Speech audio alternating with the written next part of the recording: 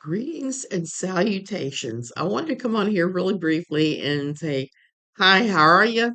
I haven't seen you guys in a long while. Too much has happened, so I'm going to talk a little bit about that, and then I have something to say. If you don't know who I am, I'm Suzanne Tedkemeyer. I used to write at Pathos, a column called No Longer Quivering, for 10 years about the quiverful movement, evangelicalism, and the non denominational high demand evangelicalism that was in my particular wheelhouse, something that I'm kind of well versed on. So that was what I've done for many years, and that doesn't have anything to do with what I'm doing today.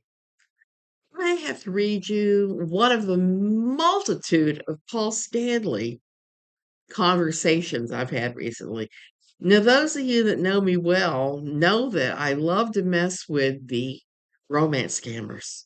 And Facebook is chock block full of them. Chock a block full of them. You can't swing a busted magic 8 ball without hitting one of those guys in the head. And they don't know that as far back as the late 90s, I used to mess with scammers. I did a variety of things through a couple of the sites where that's all they do is mess with the scammers. And I was involved with this one site where there was like constant, if you could imagine, oh, getting people. Well, I never got anyone got a tattoo, but some people there got their people to have a tattoo. I was more aligned with the whole thing with, hey, I'm gonna give you $1 million. You said that if I gave you some earnest money up front, you can donate even more to my convent.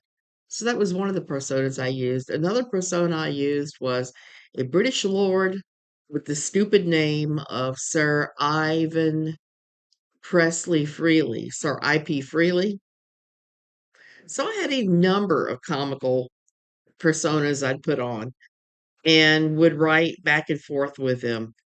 Facebook messaging has changed this. Now it's kind of nutty because they've stopped emailing so much as they will reach out to you. Back about, see, how long ago did I move in my house here in Tamarindo? We moved into our house, took possession of the house and the guest house and all of that back in March. March, I want to say it was 20. My brain is fried. Can you tell? I'm dealing with all the stuff with my husband. March 2018, I think, is when we moved in this place when we bought it and moved in. So that was quite a lot while ago. It was like 6 years we moved in this house, 5, 6 years. And we haven't looked back. We love it here. But these guys have been more and more clogging my feed. So I started messing with them big time. I used to mess with all of them. Now I only mess with the Paul Stanley scammers because they're a lot more interesting. And interesting and the same at the exact same time, and you think they would coordinate their attacks.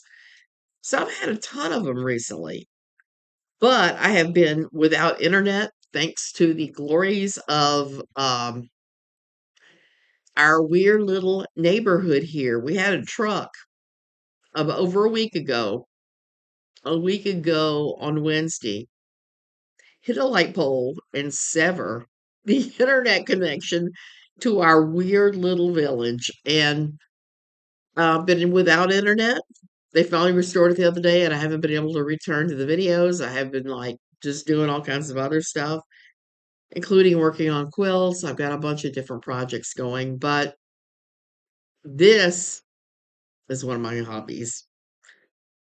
I like to do this when I'm not doing book reviews and talking about some aspect of fundamentalism. And I wanted to talk this week too about a meme that has been going around, and I will next week on Taco Tuesday. It's a very poisonous meme that is actually racist in origin. that I've seen going around the evangelical world. And so I will hit those. Tomorrow I'm going to do my book review finally of Shannon Harris's The Woman They Wanted. Excellent book. But I'd like to talk about it in a little more detail. So this is just my silly Paul Stanley stuff.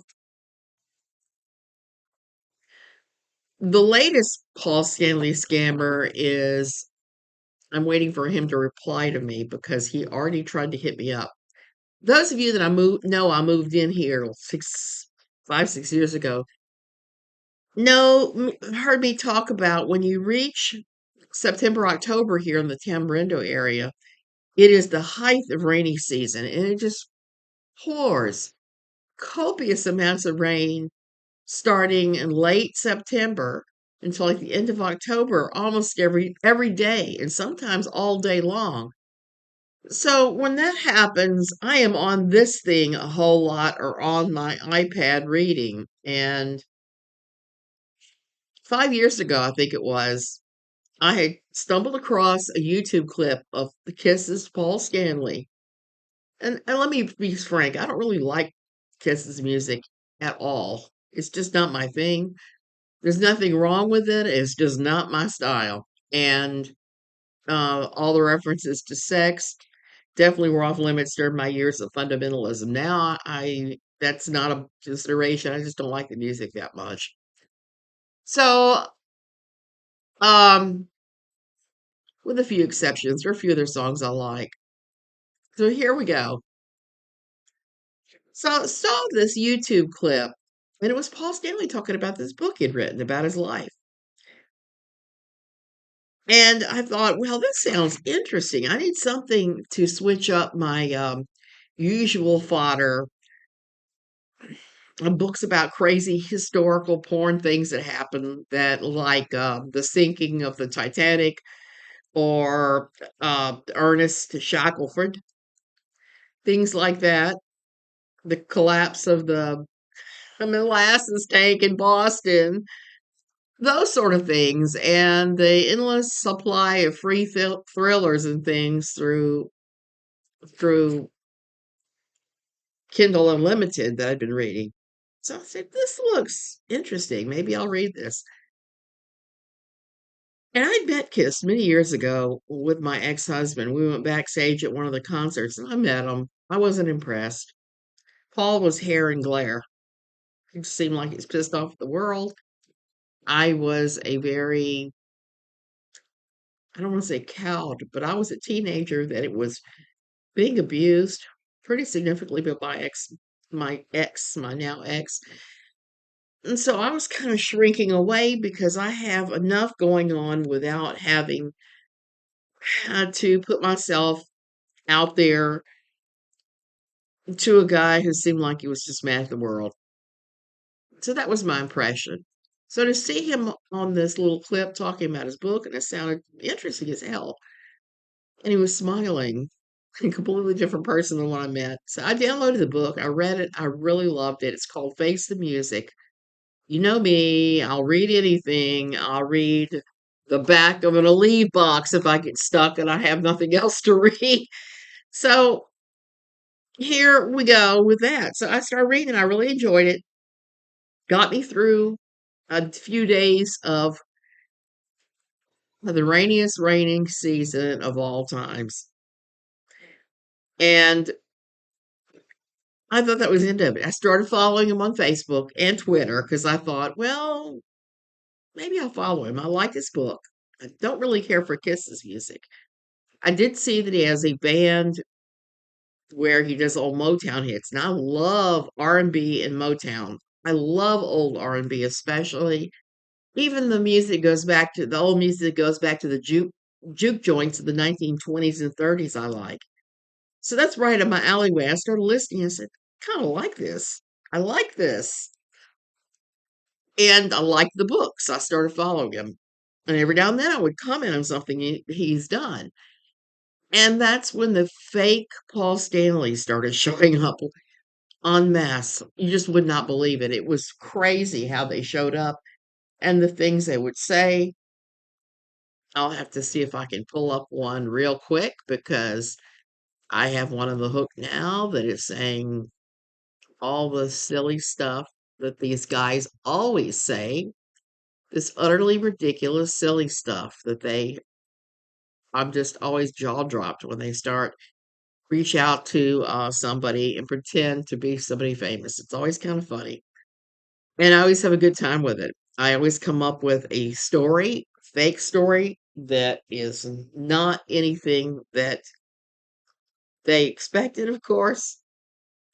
Sometimes I tell them my critique of the music from Kiss, and it's not a pleasant one since I'm not a fan. I'm not really a fan. I don't want to jump in here and piss off anybody who is a fan by giving it, because it's actually a little more than I would normally say about somebody or to somebody.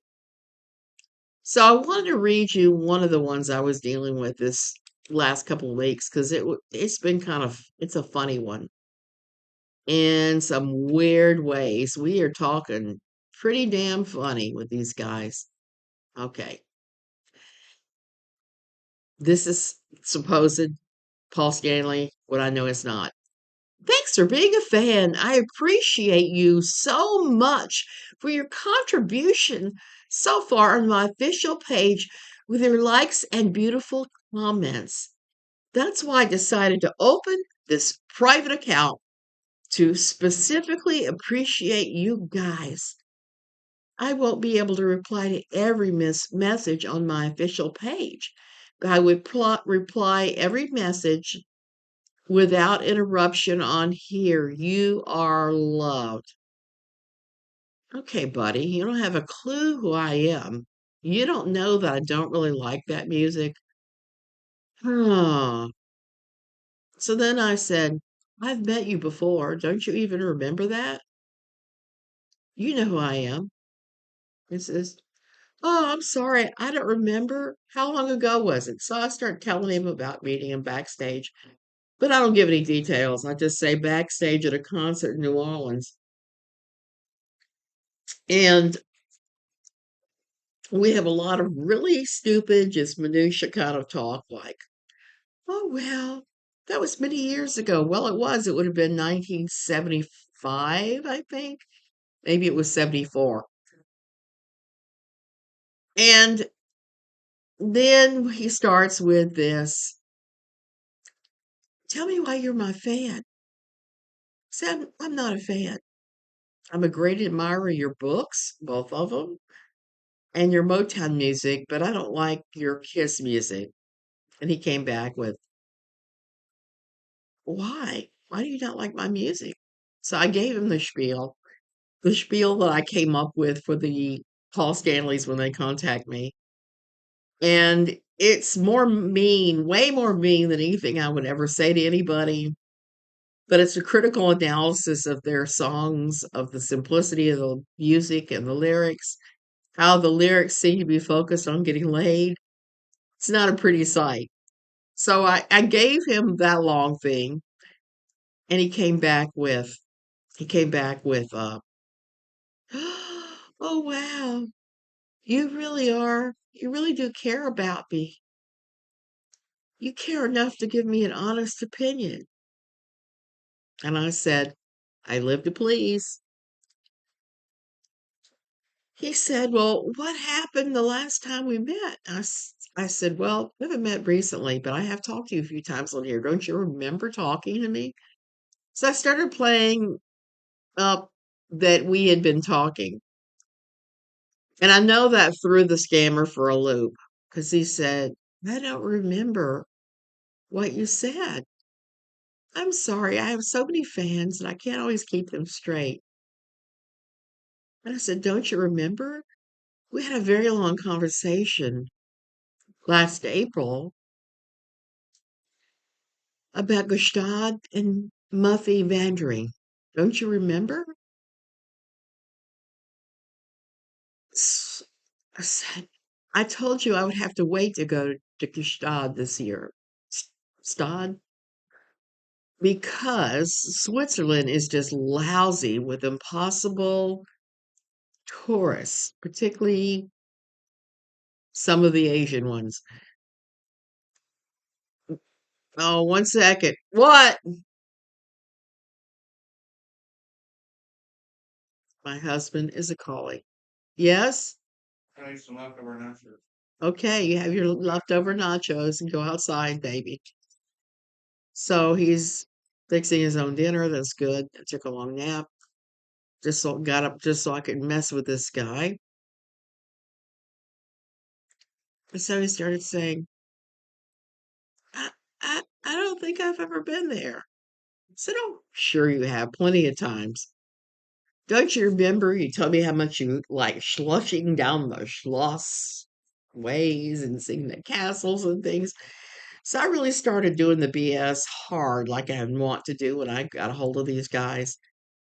And we talked to him in circles about all of this. Talked about Switzerland, talked about Stadt again, and to the point where he finally just ran off. So I'm learning I have to really tone my pitch with some of these guys. I haven't decided what I'm going to do with the newest one. I know I'm not going to babble about going to ski in Switzerland with fictional Muffy Vandering. I know that. Interesting. I've always wanted to go to this particular town. They have a hotel there called the Palace Hotel that I've never been to, that I'm always fascinated by. But I don't know what would happen with if I pushed it too hard with this guy on this. So I don't really know for sure what's going to happen with the new one, but my newest guy, it's the exact same message as the other one. Thanks for being a fan. I appreciate you so much for your. I'm going to decline this. Somebody keeps calling me. Thanks for being a fan. I appreciate you so much for your contribution so far to my official page with your likes and beautiful comments. That's why I decided to open this private account to specifically appreciate you guys. If that's officially appreciating us, dude, stop it. That's really what I want to say.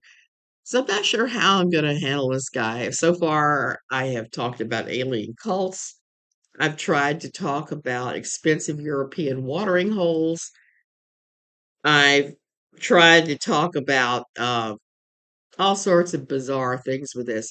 So if you can come up with something I should say to this guy and move into the next phase, I'm tempted to do a Christian fundamentalist one just because it would be so incredibly funny to tell this guy off as a fundy, as a non-denominational Christian, and issue so many offensive come to Jesuses.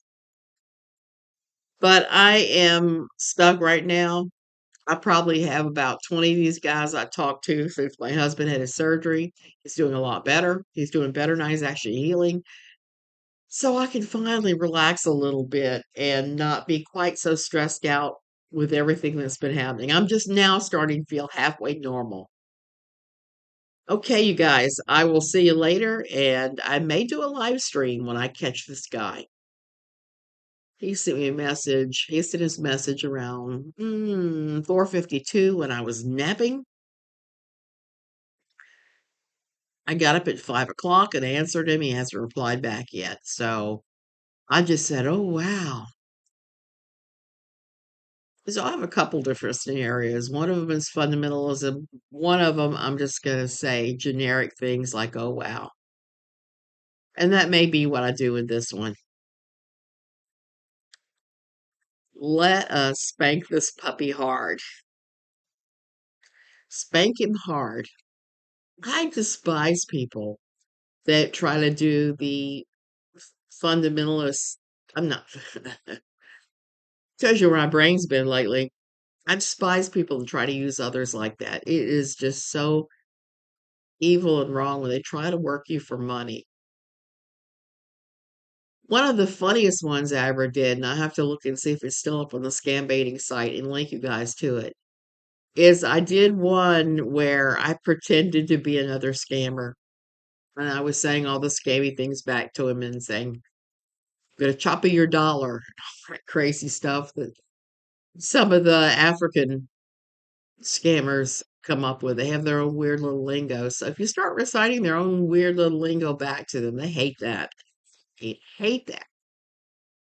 And my husband doesn't like me doing this. He says, "Oh, we might show up on our doorstep." Well, all I can say is if they get past Jose on the guard gate, I would be very surprised. And I like to point out to him my IP address resolves to Carthago, and I am 6.5 hours, 7 hours from Carthago. So there you have it. That is my most shameful secret hobby, messing with these guys, particularly the ones pretending to be the rich and the famous when they're probably sitting in a boiler room somewhere trying to get your Visa card number from you. Love you guys. I will see you later. I hope to do a book review tomorrow. I may go into chat while when I upload this because I've missed all of y'all so much. Love you guys. Stay safe, stay sane. Oh, and one last note before you go. All of this crap with the no internet has been compounded here by the fact that we are currently in the very end of dry season. It's getting over 100 here every single day. It's just miserable. And between the dust from the Sahara dust and the wildfires that we get every year in Guanacaste, during this time, it is just kind of miserable. So bear with me. I'll be back to making videos soon.